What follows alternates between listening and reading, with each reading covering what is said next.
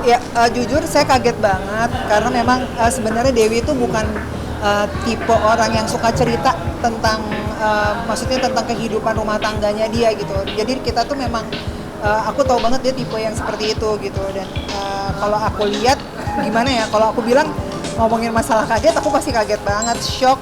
Ya pasti shock, aku perempuan ya gitu kan ngelihat apalagi aku tuh kepikiran banget, stres sampai aku bilang sama dia, aku tuh begitu tahu kabar itu terus besoknya itu aku tuh kayak nggak bisa tidur karena jujur mikirin dia lagi hamil besar kan gitu. Maksud aku kok aku tuh sampai dia sampai gini, ngapain sih kamu ngoceh-ngoceh sendiri? Aku kesel banget gitu, aku kayak kayak kayak gimana ya, bisa dibilang aku sebagai sahabat deketnya dia tuh kayak ngerasa sedih aja sih gitu, kecewa gitu karena masalahnya menurut aku dengan kondisi dia yang seperti itu seharusnya dia bisa mendapatkan full kasih sayang gitu dari pasangannya gitu. Ya walaupun Dewi bilang sama aku sebenarnya kan aku cerita sama dia ngobrol gitu belum begitu banyak nanti malam aku baru mau janjian sama dia karena rumah kita dekat. Terus juga dia sempat bilang kalau ya suaminya ini sosok bapak yang baik dan suami yang baik. Nah, tapi karakternya itu ternyata memang Dewi udah berkali-kali terjadi, dimaafkan, tapi tidak akhirnya terulang lagi, begitu lagi.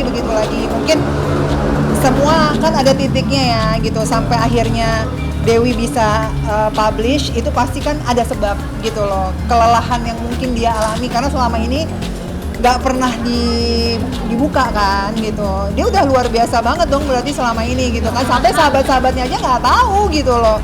Jadi kita tuh bisa dibilang shock banget karena memang dia sosok yang tertutup untuk permasalahan rumah tangganya dia. Iya dong, karena kan itu terjadi karena dia udah ibaratnya ya udah capek lah, udah lelah gitu.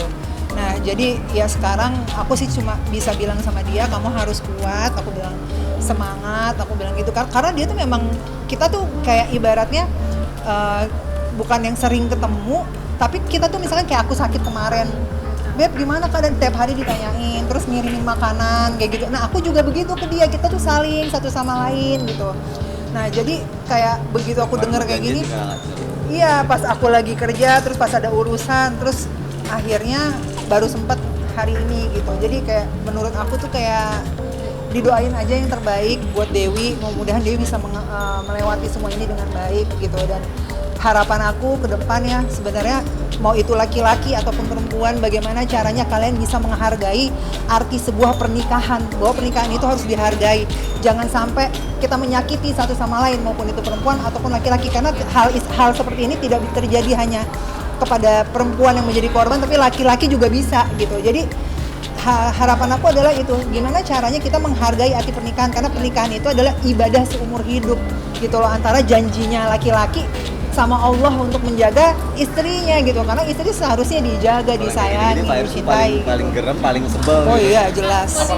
Kondisi kehamilannya sekarang kan udah gede ya, kepikiran juga, terus kayak takut, maksudnya kan kalau stres itu bisa kontraksi gitu, makanya pengen ketemuan sama dia, pengen nguatin dia. Terus dari kemarin juga, Beb pokoknya inget ya, aku bilang sholat, pokoknya udah curhatnya sama Allah, minta sama Allah, saat ini posisi kamu lagi dizolimi gitu, dan apalagi kamu lagi hamil, insya Allah pintunya Allah tuh kebuka lebar buat kamu gitu. Doa apa aja yang kamu mau, yang kamu minta, insya Allah Allah akan jabah semua doa-doanya, karena segala sesuatu yang terjadi di dalam hidup ini kan ibaratnya kita nggak pernah tahu ya, kita cuma bisa ngerencanain, tapi kan sebagai seorang perempuan yang seharusnya disayangi, dicintai, dihargai, itu pasti sangat menyakitkan. Dan ini kan butuh waktunya, nggak bisa kayak bisa dibilang sebentar gitu loh, lukanya pasti udah dalam karena ini sudah terjadi berkali-kali gitu.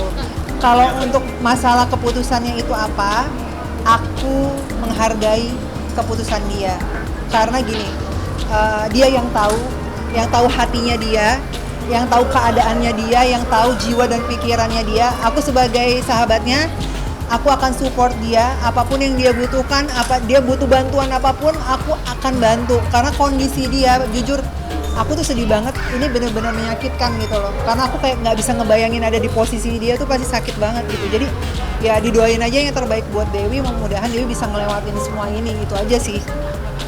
Kenapa? Saat ini nanti kita lihat aja dulu ya gitu kan, biarin aja dia berdoa dulu sama Allah gitu, biarin aja dulu, kita kasih dia waktu nanti insya Allah dia pasti bakal mau ngomong sama teman-teman kok.